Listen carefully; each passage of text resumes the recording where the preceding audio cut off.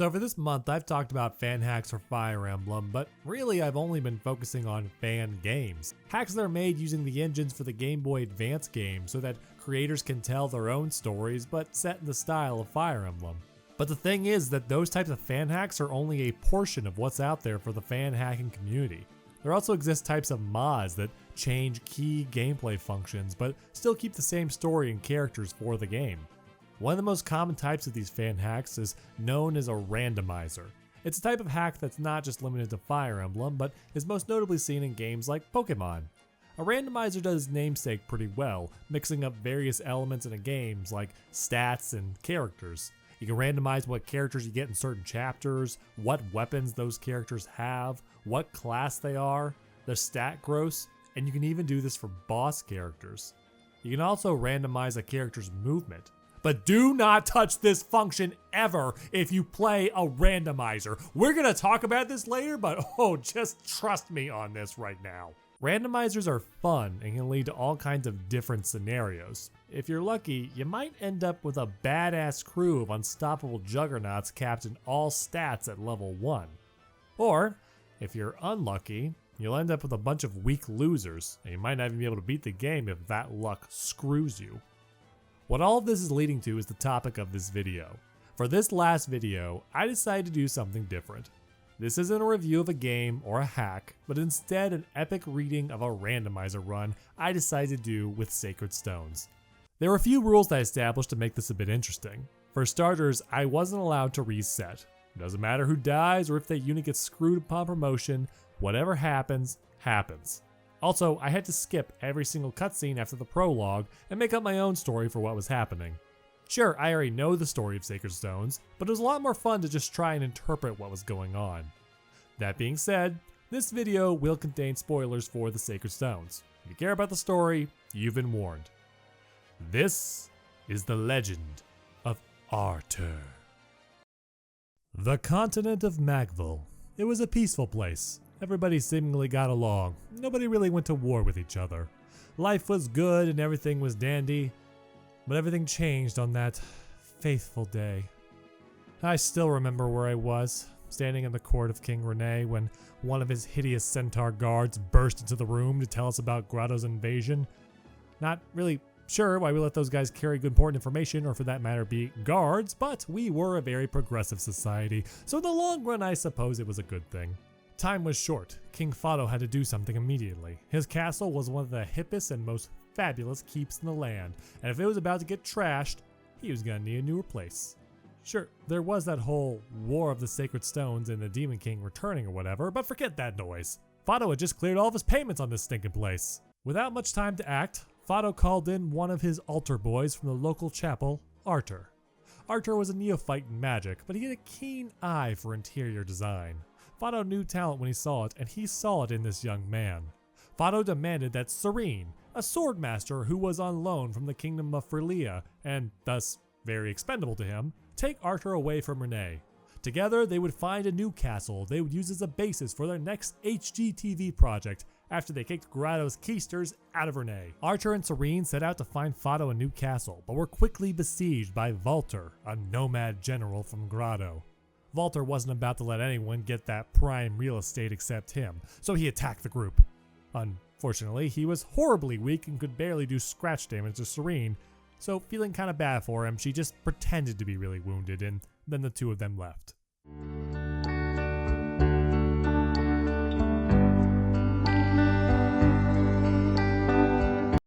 After fleeing from Valter of the Wounded Pride, Artur and Serene found a castle. It was a quaint little place, but not quite to Artur's liking. After all, it was much too small. And furthermore, there were squatters everywhere. Initially, Artur and Serene were ready to move on to another castle, but the sudden appearance of Prince Ephraim gracefully flying down his Pegasus Knight gave them pause. It seemed that Ephraim had fled the initial siege of Castle Rene to find his teacher Dussel, and the two had decided they were sick of being stingy old knights. They wanted to be cute Pegasus Knights instead. Well, Artur appreciated their moxie, but Serene was naturally pissed that the prince had run away from his duties. So she threatened to tattle on him for realsies like a big doo-doo head to the king, unless he came with her and Artur to find a new castle for his father. Ephraim reluctantly agreed. And so the group set out to find yet another castle, venturing across the land, fighting enemies until they happened upon a small village where a quirky archer girl named La Rochelle was hanging out, but she only had one movement, so they decided to leave her behind. After many battles and weird people joining them later, Artur and Serene came across a village that was overrun by monsters. Death and destruction was everywhere. The lamentation of the children and women filled the landscape. Quite frankly, it was totally killing Artur's vibe. It was here that a soldier came to help the group. It was Innes, Serene's lord, who had rented her out to Fado. Here now was a crappy soldier unit, but with a brave lance. Artur was totally gonna save that thing for somebody useful later. But it was not just Innes that Serene was reunited with, but her sister Vanessa. Oh, how joyous it was to see family and friends and go, what the hell? Vanessa! What happened to you, girl? Sadly, it seemed that Vanessa had mysteriously become a skeleton. Artur, for one, did not like the idea of bringing along undead warriors in his posse, but Serene persuaded him quite effectively. Also, despite being a monster and having 3 speed for the rest of the game, Vanessa had mad strength, skill, defense, and resistance. Girl was a tank, yo. After such a stressful outing, Artur and his gang needed a break. So what better way to blow off steam than to go gambling? There was a local arena in town that Artur wanted to see.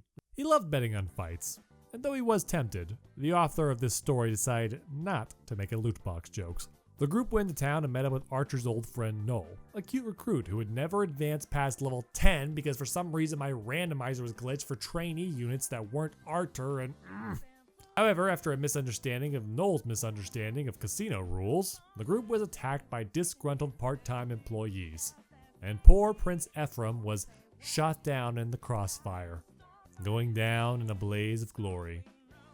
Needless to say, this left Artur and Serene in a bit of a pickle.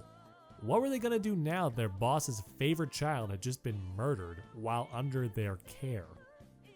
Well, the truth is, they didn't really need to worry about that much, because on the other side of the continent, a brave soul was mounting a counterattack. It was the Centaur, Garcia, one of the most powerful axemen that had ever lived. And that guy that most people probably skipped so they could get his son's mad growths and level ups instead. Garcia decided it was time to take back Renee from Grotto, and so he stormed the castle with only 3 of his most trusted allies. The swordmaster, Myrrh, a girl that wanted revenge for her sweet Ephraim and also had a hankering for using weapons that were twice her size. There was also Amelia, who had the lucky honor of being randomized as her own class, but not being able to promote. Sorry, girl. And last but not least was Orson, Garcia's greatest and most trustworthy ally. Garcia always knew he could count on Orson. There was not a more noble, demonic-ass looking death goyle in the entire land. "I will be victorious," Garcia yelled. After much discussion, Artur and Serene decided that the best thing to do for now was just to soldier on and to claim that Ephraim had died in an accident. He was accidentally shot in the back 3 times with arrows. For now, the group decided they would head to Castle Renval. It was a nice place, and after Grotto had attacked everybody and monsters were now roaming the countryside, it was surely going to be empty. Maybe they could claim it as their own. Fado would surely forgive them for letting his son die if they got him one of the best castles in the land. And so the group set out once more, making their way to their new castle. Also, Noel died along the way. Eventually, the group came upon Renval, and there they met Orson the Trustworthy. Oh, they knew they could count on Orson. Just looking in his eyes, they knew there was not a more noble and honest soul. So after being caught in an ambush that totally came out of nowhere that no one could have predicted, Artur's posse fought their way through the castle and happened to run into Garcia, the Centaur. Artur was vaguely familiar with this great warrior, but Garcia didn't have a freaking clue who he was. Regardless, the two fought together and confronted the paladin, Torado, who not only had amazing stats, but also had a defense bonus from the throne he was sitting on. Thus began the eternal battle of the Randomizer.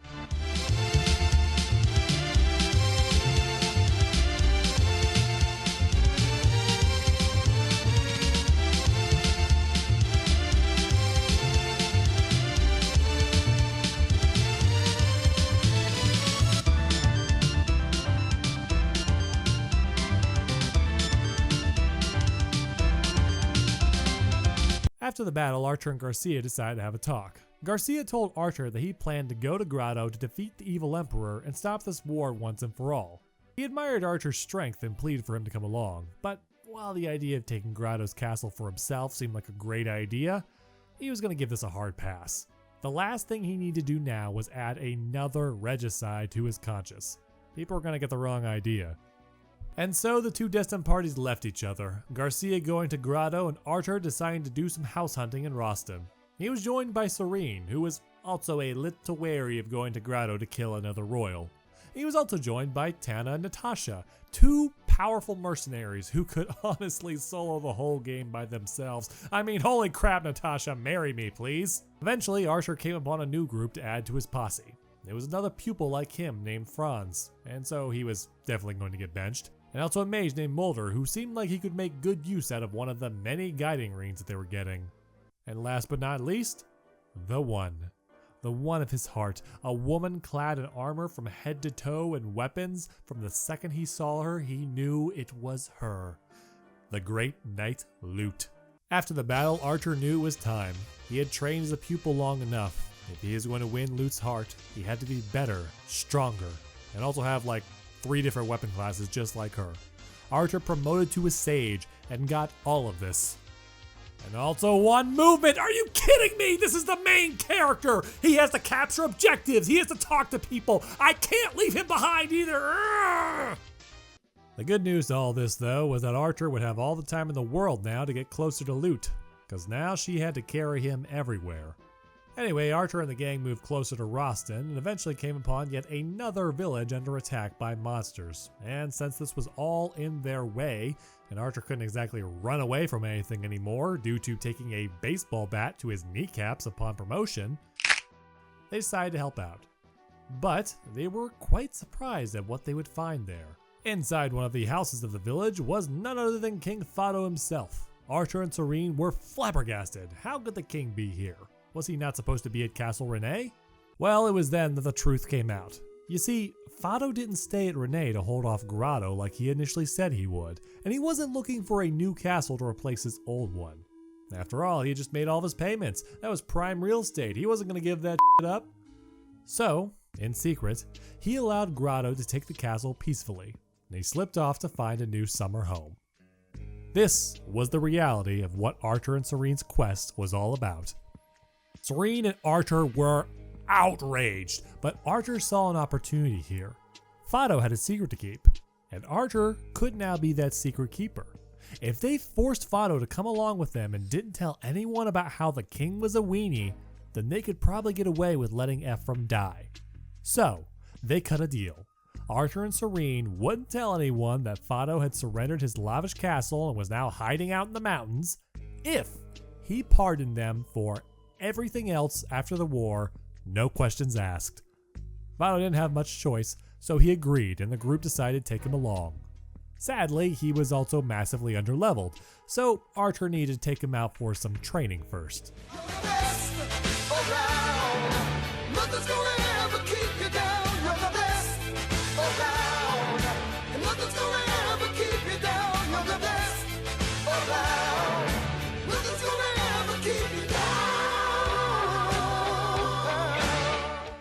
So after several more chapters where nothing interesting really happened, Artur and the company managed to reach Johanna.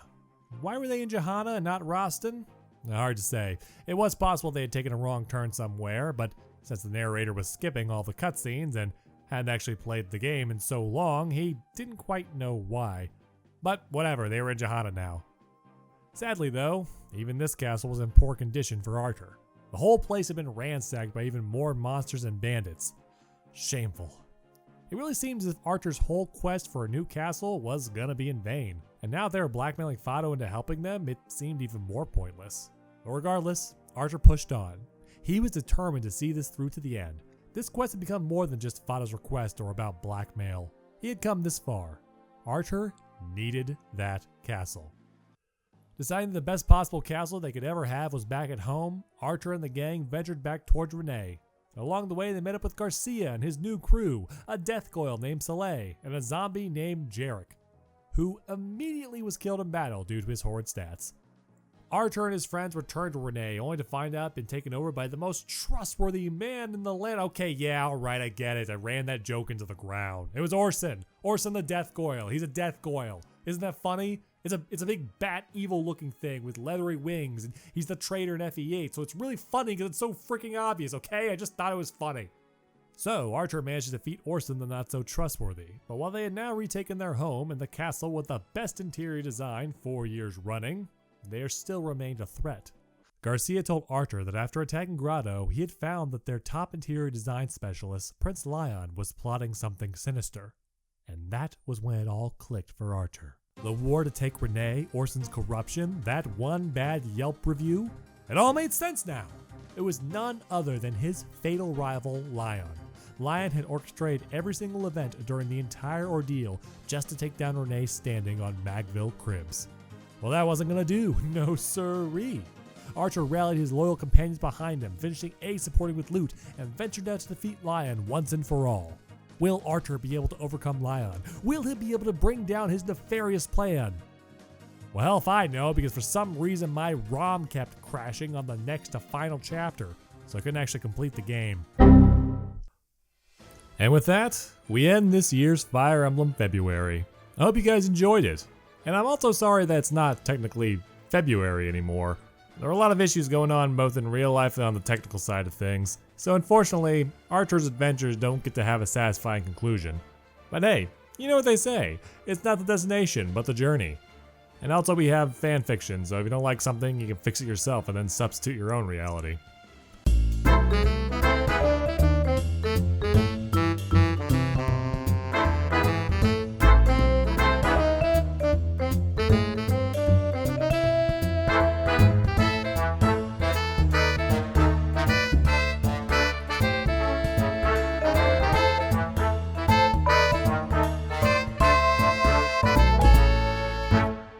Hey, did you know that the end of a video is actually the worst time to advertise something according to YouTube analytics? Man, I'm stupid. I just want to say thanks to you guys so much for watching. Again, I'm sorry this video came out so late, but there really has been a lot going on, so thanks for your patience.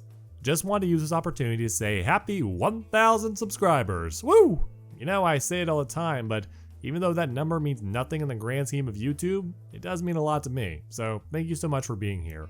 If you liked what you watched, please feel free to share these videos around, like, comment, subscribe, do all that stuff. And better yet, just stick around. Believe it or not, I actually do upload videos that are not Fire Emblem related and not in February. I try my best with those too. Also, real quick, follow me on Twitter and Twitch. I promise I will try to avoid getting hacked like I did a little while ago and then spammed all my followers with some crappy overpriced sunglasses scam. That was weird. Sorry if you were part of that. I plan on doing a dedicated stream every Wednesday at 8 PM Eastern Standard Time, but I also stream throughout the week with limited commentary. Right now I'm currently replaying the entirety of Persona 5. If you want to watch me suck at one of my favorite newer RPGs, this is the one. When I eventually finish that up, I'll probably play Xenoblade Chronicles 2 for the first time, and then the entire Kingdom Hearts series, because I am a little curious. Feel free to check all that out. Thanks again, you guys are the best, and I'll see you all soon. Later.